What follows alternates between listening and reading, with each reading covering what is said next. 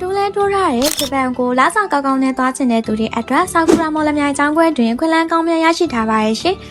တူးလဲထိုးထားတဲ့ဂျပန်စာကိုအချိန်တိုအတွင်းလေ့လာပြီးသွားချင်တဲ့ဆိုရင်တော့ training visa ထဲမှာရွေးချယ်စရာတွေအများကြီးရှိတဲ့အပြင်ဂျပန်စာအောင်လက်မဲ့မလို့တဲ့အကျွေးစနစ်ပါရရှိနိုင်တာကြောင့်လူကြိုက်များပါရဲ့ရှင်။ဒီတော့ပို့ပြီးတေးကြခြင်းနဲ့ဆိုရင်တော့တခုတည်းဗီဇာနဲ့ဂျပန်တောက်ဖို့အတွက်အကြံပြုလိုပါရဲ့ရှင်။ဥပမာစားတောက်ကုန်ထုတ်ကားမောင်းဆောက်လုပ်ရေးစိုက်ပျိုးရေးအဆောက်အဦတန့်ရှင်းရေးလက်စစ်ပစ္စည်းတန့်စင်ရေးစမှုကုန်ထုတ်နဲ့မွေးမြူရေးလိုမျိုးအခွင့်အလမ်းကောင်းတွေပဲဖြစ်ပါရဲ့ရှင်။မိမိရဲ့ဂျပန်စာရေးချင်းပေါ်မူတည်ပြီးလာစာကလည်းကောင်းသွားမှဖြစ်တဲ့အပြင်တတူးထိုးထားတဲ့သူတွေဂျပန်ကိုလည်းအမြန်ဆုံးရောက်ချင်နေဆိုရင်တော့ဂျပန်စာကိုစူးစမ်းသင်ယူကြဖို့အကြံပြုလိုပါရဲ့ရှင်။ဆာကူရာမော်လမြိုင်ကျောင်းခွဲမှာဆိုရင် M5 M4 M3 တို့ခုတည်းစားတောက်ကုန်ထုံနဲ့ဇက်ကပြောတင်တန်းများအခွင့်အလမ်းဖို့ရှိတဲ့အပြင်နေကလာတက်ချင်တဲ့လူတွေအတွက်ရိုးကြားလေးအဆောင်မင်းကလေးအဆောင်မျိုးစီစဉ်ပေးတာကြောင့်ပုံမကောင်းမှုတော့တဲ့အနာဂတ်အတွက်ဆာကူရာရှိနေပါရဲ့ရှင်။ဆာကူရာကျောင်းရဲ့ရည်မှန်းချက်မှာဂျပန်စာအရေးချင်းပြည်ပြီးတော့ကျောင်းသူကျောင်းသားများကိုမွေးထုတ်ပေးပြီးတော့အချိန်တိုအတွင်းအခွင့်အလမ်းကောင်းများရရှိနိုင်စေရန်အကြံပေးနိုင်ရေးပဲဖြစ်ပါရဲ့ရှင်။တင်ချစ်ခင်ရတဲ့တင်းမိတ်ဆွေတငယ်ချင်းများအတွက်ဒီဗီဒီယိုလေးကို like and share လေးလုပ်ပေးဖို့လည်းတောင်းဆိုလိုပါရဲ့ရှင်